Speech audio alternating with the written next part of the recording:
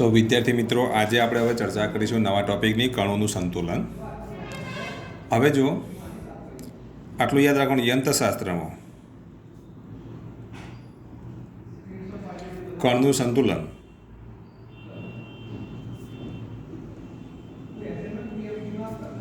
એટલે તમારે યાદ રાખવાનું, યંત્રશાસ્ત્રમાં કણનું સંતુલન એટલે તે કણ ઉપર લાગતું ચોખ્ખું બાહ્ય બળ કેટલું હોય? શૂન્ય હોય.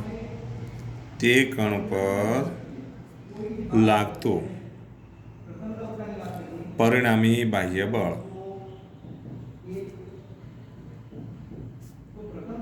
શૂન્ય હોય. જ્યારે કણ ઉપર લાગતું પરિણામી બાહ્ય બળ શૂન્ય હોય તો એવી જે સ્થિતિ જે છે, બરાબર, એવી સ્થિતિને આપણે શું કહીશું? બોલો. તો કણનું સંતુલન કહીશું. અપરિણામી બાહ્ય બળ શૂન્ય છે એનો મતલબ એ થયો, તંત્ર સ્થિર હોય તો સ્થિર રહે અને અચળ વેગી ગતિ કરતું હોય તો તંત્ર અચળ વેગી ગતિ ચાલુ રાખે છે. એટલે કે તંત્ર સંતુલિત અવસ્થામાં હોય.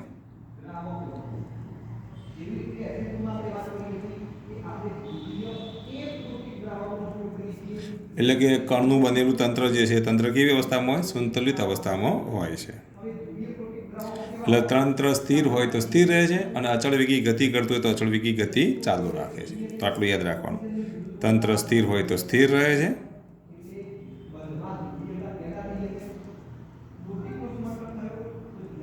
અને અચળ વેગી ગતિ કરતું હોય તો અચળ વેગી ગતિ ચાલુ રાખે છે.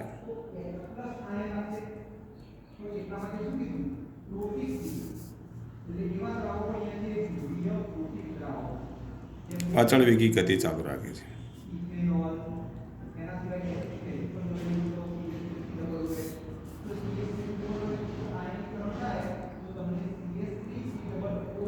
તો સ્થિર હોય તો સ્થિર રહે છે અને અચળ વેગી ગતિ ગતિ કરતું હોય તો અચળ વેગી ગતિ ચાલુ રાખે છે.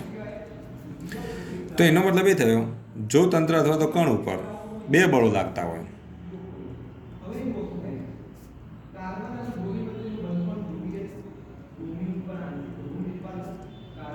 એક હોય F1 અને બીજું હોય F2. તો આ બળો કેવી રીતે લાગતા હશે? બોલો. તો ધારો કે આ કણ છે અથવા તંત્ર છે, તંત્ર પર બે બળો લાગે તો આ એક બળ F1 લાગતું હોય તો બીજું બળ એની વિરુદ્ધ દિશામાં જ લાગતું હોવું જોઈએ, આ F2 લાગતું હોવું જોઈએ. બંનેના મૂલ્યો સમાન હોય, દિશાઓ પરસ્પર વિરુદ્ધ હોય તો જ તમે F બરાબર શું લખી શકો? F1 વત્તા F2 બરાબર 0. તો F1 અને F2ના મૂલ્યો સમાન હોય, દિશાઓ પરસ્પર કેવી હોવી જોઈએ? વિરુદ્ધ હોવી જોઈએ. એટલે કે F1 બરાબર -F2 હોવું જોઈએ. એટલે આને ઉપાડીને આ બાર લઈ જાઓ તો આવું લખાય ને, F1 વત્તા F2 is equal to 0. F1 વત્તા F2 એટલે કે આ તંત્ર પર લાગતું પરિણામી બળ. એ પરિણામી બળને હું F વડે દર્શાવું તો F બરાબર શું થઈ જશે? 0 થઈ જશે. તો આમ તમે તંત્ર પર લાગતું પરિણામી બળ જો આ રીતે 0 મળે તો એનો મતલબ એ થયો કે તંત્ર કેવી સ્થિતિમાં છે? સંતુલન સ્થિતિમાં છે. ધારો કે કોઈ તંત્ર પર, ધારો કે અથવા કોઈ કણ ઉપર 3 બળો લાગતા હોય. ધારો કે આ કણ છે, એના પર 3 બળો લાગે છે. એક બળ આ દિશામાં લાગતું હોય, બીજું બળ આ દિશામાં લાગતું હોય, તો પછી ત્રીજું બળ આ દિશામાં જ લાગતું હોવું જોઈએ. એક જ બિંદુમાંથી પસાર થતા બળો હોવા જોઈએ. ધારો કે આ બળને હું F1 વડે દર્શાવી દઉં, આ બળને હું F2 વડે દર્શાવી દઉં, આ બળને F3 વડે દર્શાવી દઉં. તો જો અહીંયા જો આપણે સબાચક પૂર્ણ કરીએ તો F1 અને F2નું પરિણામી બળ આપણને અહીંયા મળે. આ પરિણામી બળ F1 અને F2નું પરિણામી બળ F3ના મૂલ્ય જેટલું હોવું જોઈએ અને તેની વિરુદ્ધ દિશામાં હોવું જોઈએ. તો જ આ બેનું પરિણામી બળ, ધારો કે હું અહીંયા F' લઉં તો આ F' અને F3ના મૂલ્યો કેવા હશે? સમાન. અને બંનેની દિશાઓ પરસ્પર કેવી હોય? વિરુદ્ધ હોય. F' એટલે કે આ બે બળોનું પરિણામી બળ છે. એટલે અહીંયા આપણે આવું લખી શકીએ, F1 વત્તા F2 બરાબર શું લખીશું? -F3. આને ઉપાડીને આ બાજુ લઈ જઈએ તો F1 વત્તા F2 વત્તા F3 ઇઝ ઇક્વલ ટુ 0.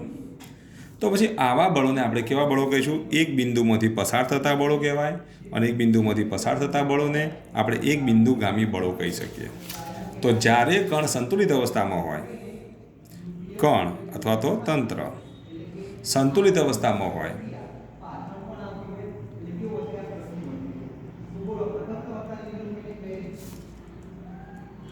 ત્યારે તેના પર લાગતા બળો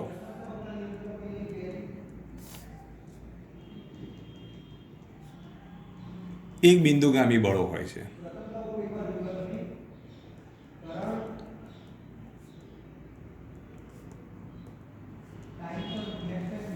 બરાબર. તો જ્યારે કણ સંતુલિત અવસ્થામાં હોય ત્યારે તેના પર લાગતા બળો કેવા હોય છે? એક બિંદુગામી હોય છે. એક જ બિંદુમાંથી પસાર થતા હોય. શું થતા હોય? એક જ બિંદુમાંથી પસાર થતા હોય છે.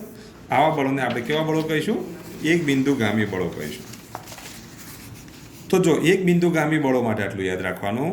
ધારો કે F1 ના આપણે 3 ઘટકો વિચારીએ કે F1 x અક્ષનો ઘટક, F1 x i કેરેટ વત્તા શું લખીશું? F1 y j કેરેટ વત્તા F1 z k caret. F2 ના પણ આપણે 3 ઘટકો વિચારી દઈએ. F2 x i કેરેટ વત્તા F2 y j કેરેટ વત્તા F3 z k caret. F3 ના પણ F2 z k caret. F3 ના પણ 3 ઘટકો વિચારી દઈએ. F3 x i કેરેટ વત્તા F3 y j કેરેટ વત્તા F3 z k કેરેટ. હવે F1 વત્તા F2 વત્તા F3 બરાબર 0. તો આ x ઘટકોનો સરવાળો પણ 0 થાય, y ઘટકોનો સરવાળો પણ 0 થાય અને z ઘટકોનો સરવાળો પણ શું થાય? 0 થાય. તો એ વખતે તમે આવું લખી શકો F1x વત્તા F2x વત્તા F3x ઇઝ ઇક્વલ ટુ 0. એ રીતે F1y વત્તા F2y વત્તા F3z ઇઝ ઇક્વલ ટુ 0. અને એ રીતે લખીએ તો F1z વત્તા F3y અહીંયા આપણે લખી દઈએ F2z વત્તા F3z ઇઝ ઇક્વલ ટુ 0. તો આમ x ઘટકોનો સરવાળો, y ઘટકોનો સરવાળો અને z ઘટકોનો સરવાળો કેટલો થાય છે? 0 થાય છે. તો આવા બળોને આપણે કેવા બળો કહીશું? એક બિંદુગામી બળો કહીશું. એક બિંદુગામી બળોમાં આટલું યાદ રાખવાનું કે ધારો કે એક બળ F1 લઈએ, બીજું બળ F2 લઈએ, ત્રીજું બળ F3 લઈએ, ચોથું બળ F4 લઈએ, પાંચમું બળ F5 છે. આ બળો એક બિંદુગામી બળો છે એવું પક્ષમાં આપી દીધું છે. જો એક બિંદુગામી બળો હોય તો આ બળોથી બનતી જે રચના છે કેવી બને? બંધ આકૃતિ બને. F1 તો હું સદિશ F1 ગોઠવી દઉં. આના હેડ ઉપર જ આવશે F2 તો અહીંયા સદિશ F2 આવી જશે. ત્યાર પછી આના હેડ ઉપર જ આવશે F3 તો આના પર આપણે શું લખી દઈશું? F3 ગોઠવી દઈએ. ત્યાર પછી અહીંયા F4 તો આ F4 અને પછી આમ શું બનશે? F5 તો F5. તો અહીંયા જે બહુકોણ જે બને એ બહુકોણ કેવી બનાવે? તો બંધ આકૃતિ બનાવે. કેવી આકૃતિ બનાવે? બંધ આકૃતિ બનાવે. એકના હેડ ઉપર બીજાની પૂંછ હોય, બીજાના હેડ ઉપર ત્રીજાની પૂંછ હોય, ત્રીજાના હેડ ઉપર ચોથાની પૂંછ હોય, ચોથાના હેડ ઉપર પાંચમાની પૂંછ હોય અને પાંચમાના હેડ ઉપર ફરી પાછી પહેલાની શું હોય? પૂંછ હોય. આવી શું બનાવે? બંધ આકૃતિ બનાવે. કેવી આકૃતિ બનાવે? બંધ આકૃતિ બનાવે.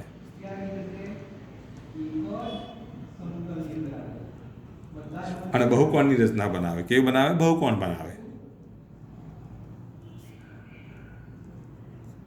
જ્યારે આવી બંધ આકૃતિ બનાવતા હોય અથવા તો બહુકોણ બનાવતા હોય તો પછી આના આપણે શું કહીશું? એક બિંદુગામી બળો કહેવાય. તો આવા બળોને કેવા બળો કહેવાય? એક બિંદુગામી બળો કહે છે.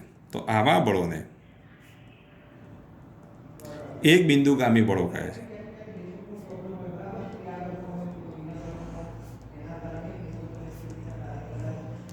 તો આવી રચનાને આપણે શું કહીશું?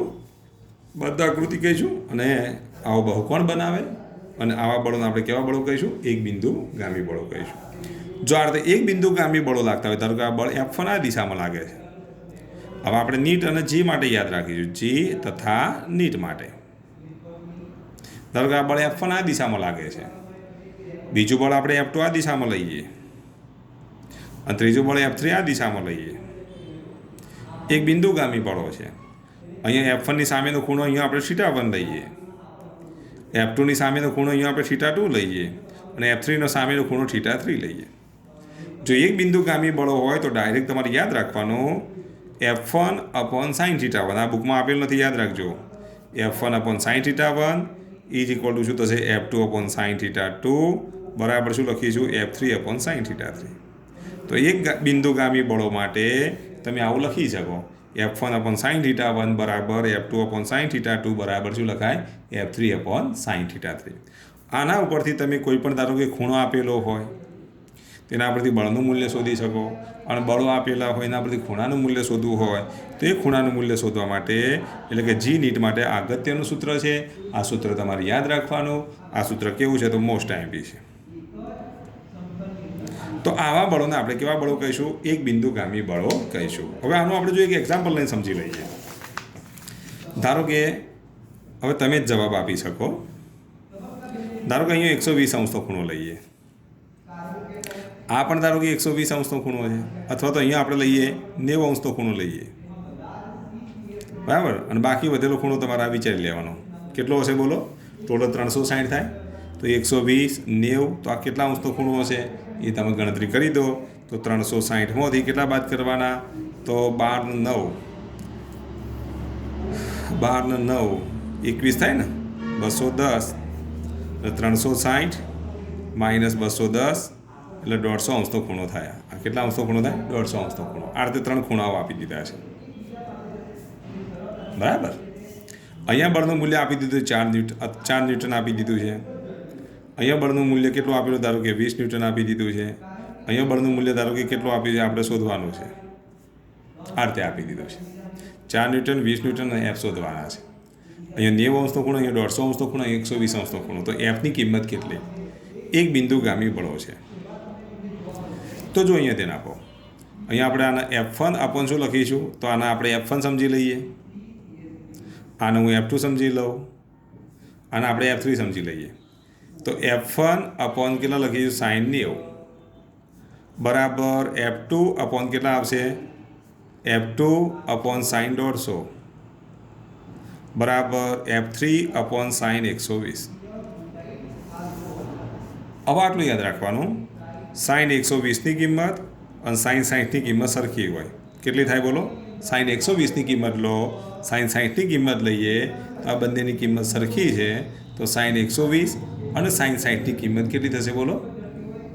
તો એની આપણે જો કિંમત લઈએ તો √3/2 થાય. sin 60ની કિંમત √3/2. એ રીતે sin 150ની કિંમત કેટલી થાય? તો sin 30ની કિંમત અને 150ની કિંમત સરખી તો કેટલી? તો 1/2. sin 30ની કિંમત અને 150ની કિંમત સરખી છે. કેટલી? 1/2. તો F1ની કિંમત આપણે મૂકી દઈએ કેટલી? 4.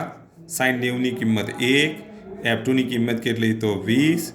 sin 150ની કિંમત કેટલી? તો 1/2 બરાબર. અહીંયા F3ની કિંમત કેટલી લઈશું? તો F3 શોધવાના. એટલે આપણે આ બેની જ કમ્પેરિઝન કરી દઈએ એટલે આપણને ડાયરેક્ટ મળી જશે. તો પછી F3 sin 120ની કિંમત કેટલી? તો sin 120ની કિંમત √3/2. તો આ છેદનો છેદ અંશમાં જશે તો 40 બરાબર F3. આ છેદનો છેદ અંશમાં જશે તો અહીંયા 2/√3. તો અહીંયા F3 બરાબર આ 40 અહીંયા √3 40 સાથે ગુણાય તો 40 ગુણ્યા √3 ભાગ્યા 40 ગુણ્યા √3/2 બરાબર F3. એટલે અહીંયા કેટલા થશે? 20 √3 બરાબર F3. આ બનાવેલો દાખલો છે, બરાબર. આમ તો એક્ઝેક્ટ એ રીતે ખૂણા આપેલા હશે જેવા મૂલ્ય હોય, પણ આ રીતે તમે દાખલો ગણી શકો. ચલો, ખ્યાલ આવી ગયો. તો અમે F3ની કિંમત કેટલી મળશે? તો 20 √3 મળે, બરાબર. આપણે જાતે એક રકમ બનાવી છે માટે અહીંયા આપણે મૂલ્યો ખરેખર એક્ઝેક્ટ લીધા નથી, પણ તમને ખબર પડે રીતની એ માટે આ રીતે તમે કમ્પેરિઝન કરી અને એ દાખલાનું મૂલ્ય શોધી શકો. ચલો, ખ્યાલ આવી ગયો. તો આ રીતે તમે કિંમત શોધી અને એનું સાદુરૂપ આપી શકો. તો આમ એક બિંદુગામી બળો માટે આ એક અગત્યનું સૂત્ર છે. એ સૂત્ર તમારે યાદ રાખવાનું. તો એક બિંદુગામી બળો માટેનું સૂત્ર કયું? તો આ સૂત્ર યાદ રાખજો. F1 અપોન sin θ1 બરાબર F2 અપોન sin θ2 બરાબર F3 અપોન sin θ3 છે. તો આને આપણે એક બિંદુગામી બળો કહીશું.